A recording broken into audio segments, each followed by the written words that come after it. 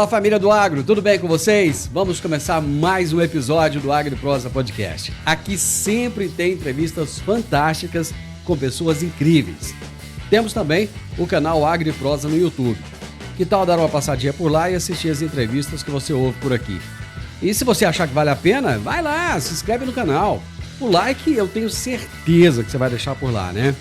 E se você conhecer alguém que possa se interessar por algum dos assuntos dos vídeos, então compartilha.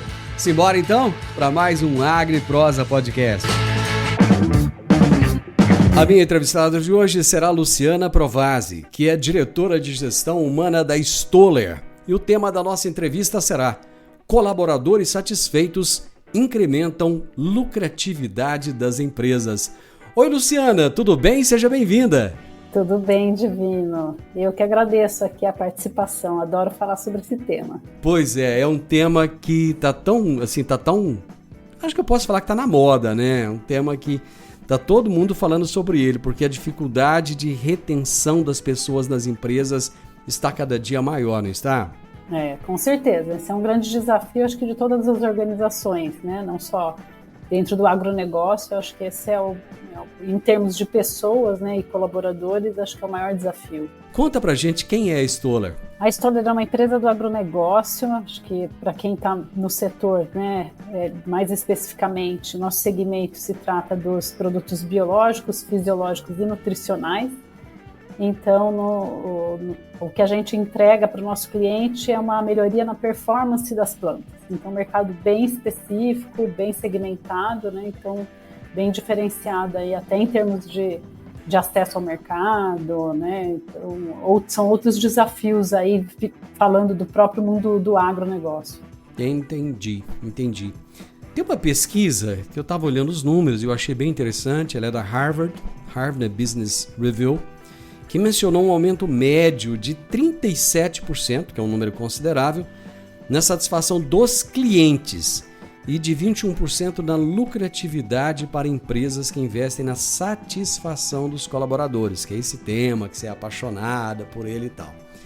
Como é que a Stoller do Brasil conseguiu traduzir esse investimento em resultados tangíveis para a empresa? Acho que tudo passa pelas pessoas, né, Divino? Os clientes são pessoas, os colaboradores são pessoas, todos os nossos stakeholders, né, fornecedores, comunidade.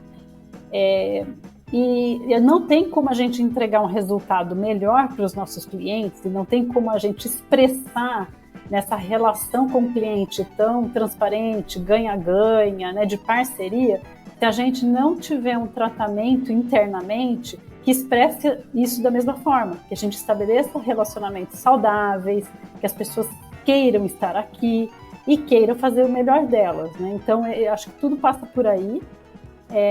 E nesse entendimento é que a Stoller já de uma cultura bastante voltada, né, para o foco no cliente, para o foco em pessoas, né? Pessoas sempre foi um valor da Stoller.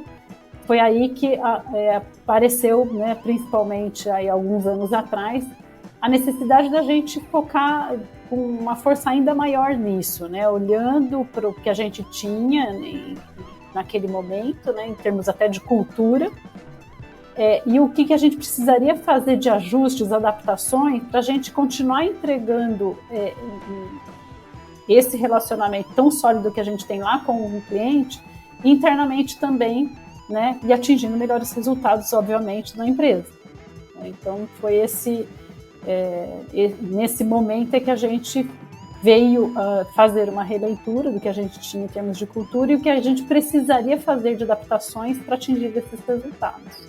O fato de ser uma empresa do agro muda alguma coisa nesses conceitos?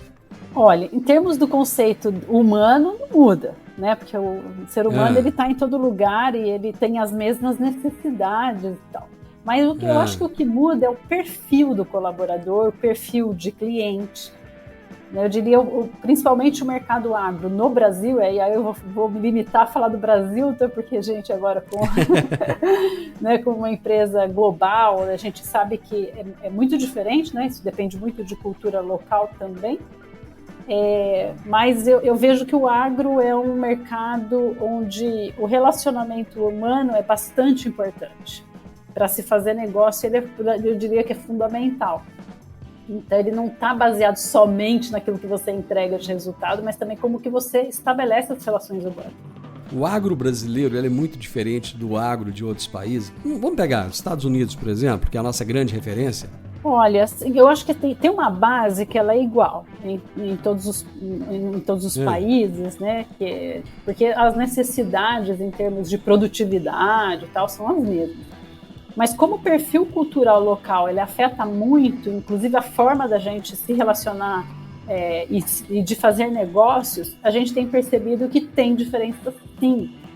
Então, por exemplo, né, no mercado brasileiro, a gente percebe que a gente tem um cliente que ele está mais disposto a ter relações mais próximas, ele estabelece o vínculo de confiança também dessa forma.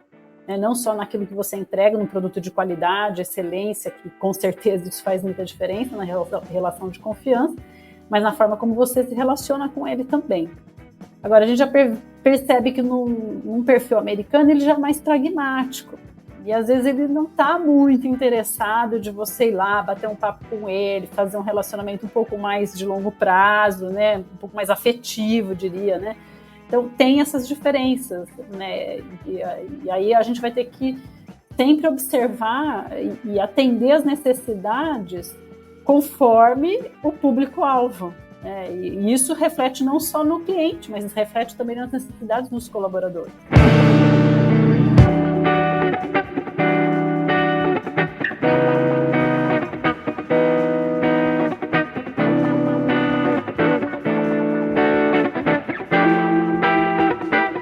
Acho que muita gente deve estar nos ouvindo agora e querendo entender um pouco mais, né? Como reter as pessoas na empresa, como criar esse nível de satisfação, diminuir esse turnover, né? Essa rotatividade tão grande de funcionários. O Brasil tem muito disso, né? As pessoas começam a trabalhar, daqui a pouco vão embora e você fala, nossa, vou ter que começar de novo, começar do zero, treinar as pessoas. Muito investimento. Nossa, é um país que não é fácil, mas você tem exemplos para você compartilhar conosco de como esse aumento da satisfação dos colaboradores impacta positivamente, principalmente na satisfação dos clientes? Sim, com certeza. Eu até não gosto do termo retenção de talentos, Divino, porque eu acho que as pessoas não deveriam ficar aqui porque elas estão retidas por alguma coisa, mas porque elas querem permanecer. Porque o ambiente qual que seria o termo que eu vou colocar isso na minha vida. Eu vou substituir, então não vou falar de retenção mais, eu vou falar de quê? Permanência das pessoas na empresa. O que faz as pessoas permanecerem? Né? Exatamente. Porque é isso que eu falo, o pessoal fala assim, não, mas a gente vai fazer isso porque daí a pessoa, se ela quiser sair, ela vai perder dinheiro. Eu falo, gente, mas eu não quero que ela fique aqui obrigada, eu quero que ela fique, porque ela quer ficar. Né? Então, assim, esse é o que ela... Porque é bacana, porque é legal para ela. Porque eu acho que a chave de tudo é como que você cria um ambiente em que não só em termos afetivos, né, ele tem um vínculo emocional, acho que ela começa pelo vínculo emocional que se estabelece com a empresa, né, e a empresa, quando eu falo, é com as pessoas da empresa, né, o que é a empresa? São as pessoas. Então, começa pelo vínculo emocional, mas a gente precisa criar um ambiente e que ele seja propício ao crescimento das pessoas, que ele veja um significado naquilo que ele faz, que ele entende que aquilo que ele entrega no final do dia, porque a gente passa muitas horas no trabalho, faz sentido. Muitas. Né? Então, assim, se ele não vê que faz sentido aquilo que ele entrega, que ele não vê que tem valor para o cliente final ou para quem está numa área interna, para o cliente interno mesmo, né, que é a área vizinha e tal, se ele não vê que ele faz algo que tem sentido, por que ele vai ficar? Então, acho que essa dinâmica de como que você vai fazer isso acontecer é que é a chave. E aí, parece tudo muito simples, mas tem uma complexidade imensa de você fazer isso acontecer. E acho que tudo começa, Divino, pela formação da liderança.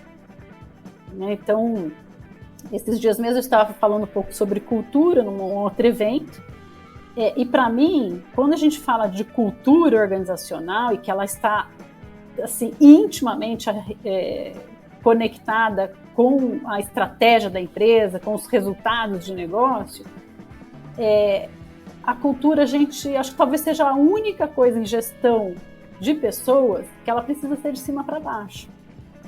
Se não for top-down, ou seja, se a primeira pessoa ali, né, da liderança, né, ela não esteja alinhada totalmente aos objetivos que a gente tem em termos culturais, a gente não consegue fazer nada dali para baixo que esteja alinhado com isso. Então, tudo passa pelo desenvolvimento da liderança, né? Um alinhamento entre eles, um estabelecimento de compromissos claros entre os líderes, começa pela alta gestão da empresa, mas passa por todos os níveis de liderança. O que se espera do papel do líder para que se criar esse ambiente que a gente estava falando aqui, que as pessoas queiram ficar. Né? E aí, exemplos práticos disso é como que ele desenvolve as pessoas da equipe dele, como ele estabelece essas conversas que falam abertamente sobre carreira, sobre interesses, sobre o que não está indo bem também, né? o que precisa ser corrigido. Então, são atividades que são bastante, parece que corriqueiras, mas elas são bastante complexas na prática, né, de se fazer bem feito. E conforme a gente foi percebendo ao longo dos anos, né, que a gente vem acompanhando essa questão do clima, da Stoller, já faz uns 5 ou 6 anos, né, de ano a ano a gente aplicando pesquisa, fazendo devolutivo, fazendo melhorias, a gente percebe que ao criar um ambiente muito aberto para as pessoas dizerem o que não está indo bem ou o que está também, porque isso é uma boa sinalização para a gente também, né, o que a gente precisa continuar fazendo, você cria um ambiente de colaboração, porque clima, cultura, não se faz com uma única pessoa. Todo mundo precisa estar envolvido.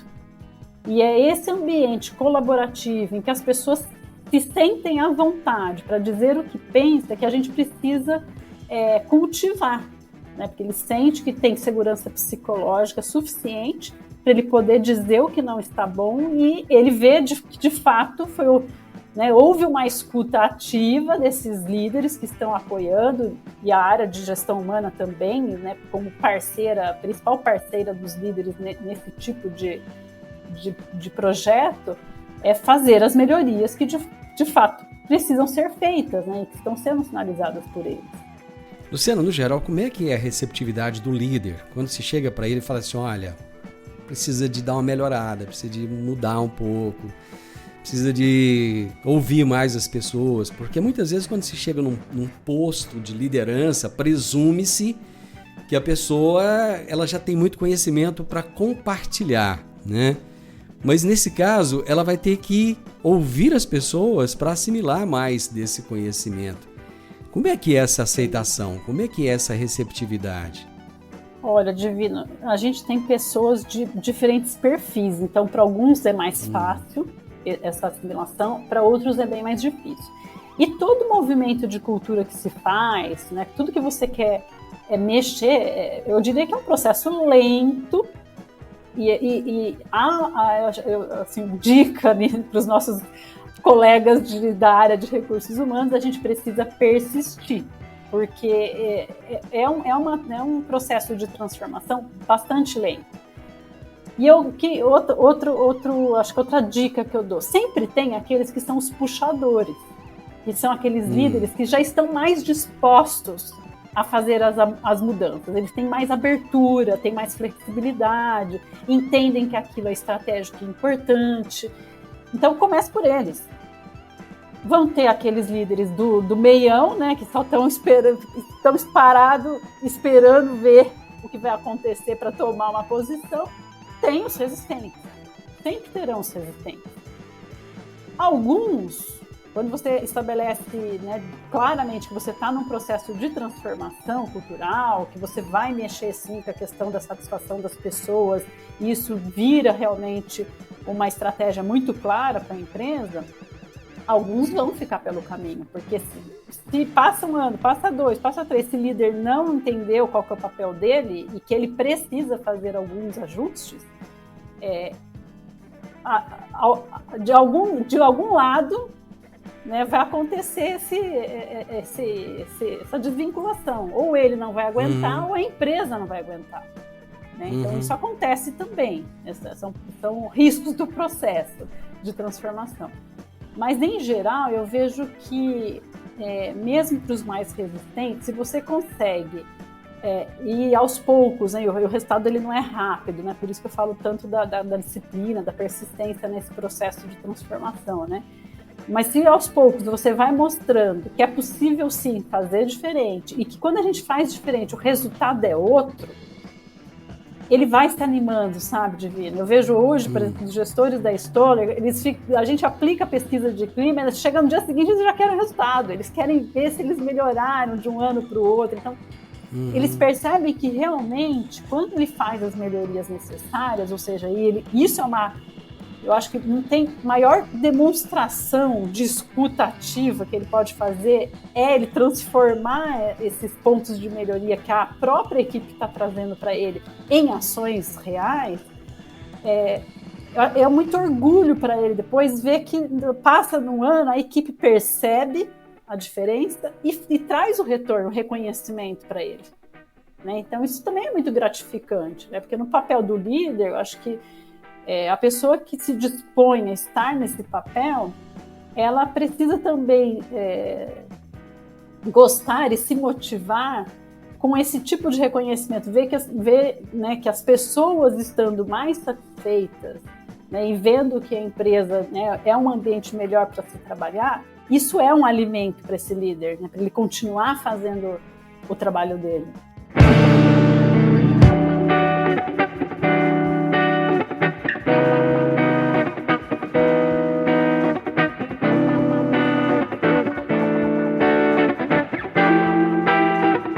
Luciana, com o advento das redes sociais, todo mundo se sentiu capaz de dar opinião sobre muita coisa.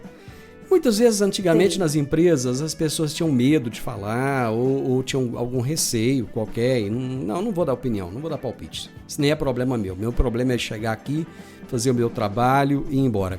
E hoje não. Quando as pessoas dão esses feedbacks, como filtrar esse feedback para que realmente isso possa melhorar os processos da empresa?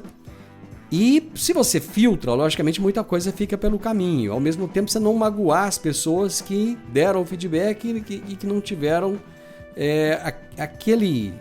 aquela opinião ouvida, valorizada, digamos assim, na cabeça dele. Não sei se eu fui claro. Sim, não, eu acho que para mim isso é bem comum, né? Quando a gente aplica, por exemplo, pesquisa de clima mesmo, ali você está pedindo opinião. Por exemplo, na última pesquisa de clima, a gente teve 91% de participação. Então, assim, quase que todos da empresa, é muita coisa, né? Então, lógico que sempre você cria uma expectativa naquelas pessoas de que, né, cada ponto que ela trouxe será acatado ou será ouvido.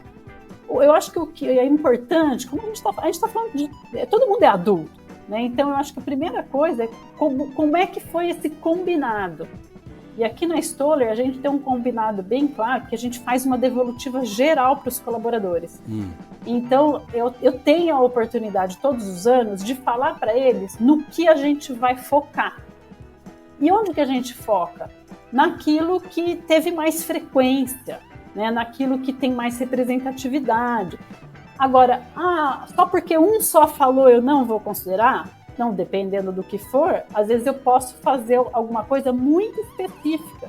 E o que a gente aprendeu ao longo dos anos é que tem um resultado geral, que é da empresa, e que quando você está lá no começo, o resultado está baixo ainda da pesquisa de clima, eu diria que a gente está cortando mato alto, né? Isso é mais fácil. Você vai fazendo algumas modificações, você já começa a ver melhorias rapidamente. Mas quando você começa a melhorar todo ano o seu resultado, você começa a ter que pegar na grama baixa, né? E começar a detalhar um pouco mais. Aí que vem as contribuições que são menores, que são mais específicas também. E aí a gente tem uma prática aqui na Stoller, que além dessa devolutiva dos resultados geral que eu faço para todos os colaboradores, depois disso, cada gestor faz uma devolutiva específica da sua área. Então eles já têm o resultado geral da empresa, e eles vão ver o resultado daquela área especificamente e é uma apresentação presencial, daí só com a equipe. Da área de gestão humana participa a business partner, e aí os colaboradores têm a oportunidade de qualificar. Então, além dele falar, por exemplo, eu acho que a gente não está trabalhando bem em time, é uma pergunta assim, fechada, né, na pesquisa. Ali no presencial ele vai falar, mas por que vocês acham que a gente não trabalha bem em time? Tem algum problema com alguma área específica? Teve algum episódio que vocês podem exemplificar do que para vocês aquilo não é trabalho em time? Então, à medida que ele vai qualificando, a gente pode ter ações bem pontuais e bem específicas. Eu já tive, por exemplo, em devolutiva de uma área que trouxe para o gestor que ele não se sente informado porque ele vê que outros gestores fazem reuniões periódicas e o gestor dele, que era a pessoa que estava ouvindo, não tem a mesma prática. Entendi. Não tem uma periodicidade de comunicação. Aí o gestor, você vê, é uma ação muito pontual daquela área e é um compromisso que aquele gestor precisa estabelecer. Então, acho que também, assim, quando as pessoas percebem que, lógico, a gente não vai conseguir dar conta todos os anos de 100% das demandas que foi falado ali na pesquisa, de todas as demandas, a gente não vai conseguir dar conta daquilo. Mas à medida do que a gente vai dando conta, a gente também tem uma outra prática bem importante, que é quando eu estou cuidando de alguma coisa que foi trazida pela pesquisa de clima, eu aviso as pessoas. Gente, eu estou dando acesso para uma plataforma de inglês para 100% dos colaboradores, porque isso foi citado na pesquisa de que é uma necessidade. Né? Se eu mudei um benefício, né? Se eu mudei alguma coisa... por exemplo, a gente fez o prolongamento lá da licença maternidade e paternidade. Eu associo, isso foi falado na pesquisa. Né? E aí a gente está acatando. Em um minuto, como é que é para a empresa receber o título ou o selo de Great Place to Work? Olha, Divino, nunca foi pelo ranking que a gente fez essa pesquisa. Porém, lógico que para a gente é muito orgulho poder fazer parte das melhores empresas para se trabalhar. E saber que aqui é um bom ambiente, né, que as pessoas valorizam, né, o ambiente como um ambiente de crescimento, como uma empresa em que tem um alinhamento forte com os valores pessoais deles, para a gente isso é o maior motivo de orgulho que nos faz continuar seguindo. Né? Percebi seu nível de satisfação. Seu brilho nos olhos. Eu adoro isso daqui. Gosto muito desse assunto. Luciana, que bom. Gostei muito de conversar com você. Que bacana. Você fala assim, sorrindo, né? Com aquele jeito gostoso. Obrigado por compartilhar esse momento tão gostoso, tão prazeroso comigo e com a minha audiência. O prazer foi meu. E parabéns, viu? Parabéns. Que continue. Depois, mais pra frente, vamos conversar de novo para saber o que mais tem de novidade, tá bom? Isso aí. Obrigada. Abraço pra você. Até mais. Tchau. Abraço. Tchau. Eu conversei com a Luciana Provasi, que é diretora de gestão humana da Stoller. Eles estão conseguindo aquilo que muitas empresas querem. Manter a satisfação das pessoas que trabalham ali. Brilho nos olhos. Falar com amor. Né, coração pulsante, é disso que a gente precisa. E o tema do nosso bate-papo foi: colaboradores satisfeitos incrementam lucratividade das empresas.